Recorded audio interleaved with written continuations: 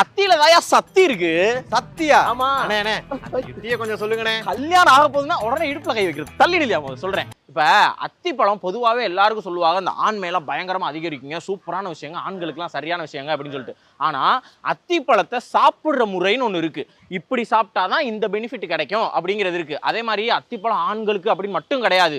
Sugar patient கூட சாப்பிடலாமா? சுகரை கண்ட்ரோல்ல வைக்கிறதுக்கு அத்திப்பழம் உதவுதான். இந்த வயிற்று சிக்கல்லாம் இல்லாம இருக்கிறதுக்கு உதவுதான். நம்மளுடைய யூரின்ல இருந்து நச்சுக்களை வெளியேற்றுறதுக்கெல்லாம் உதவுதான். இதுக்கு ஒவ்வொன்றுக்கும் ஒவ்வொரு மாதிரி சாப்பிடணும். அது என்ன ஏதுன்னு விவரமா சொல்றேன், கேட்டு தெரிஞ்சுக்கிறியா?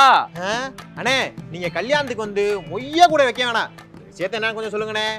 கேட்டா வைக்க முடியாது. விஷயம் என்னன்னாப்பா, நம்ம அத்திப்பழத்தை பொறுத்த வரைக்கும் எது கூட சாப்பிட்றோம், எப்படி சாப்பிட்றோன்றது இருக்குன்னு சொன்னா, இப்ப தேன் இருக்கா, அந்த தேனும் அத்திப்பழத்தையும் நல்லா ஊற வச்சு நம்ம சாப்பிட்டோம் அப்படின்னு சொன்னோம்னா நமக்கு அதனுடைய முழு பலன் கிடைக்கும். அத்திப்பழத்துல இருக்கக்கூடிய முழு பலனும் கிடைக்கும், தேன்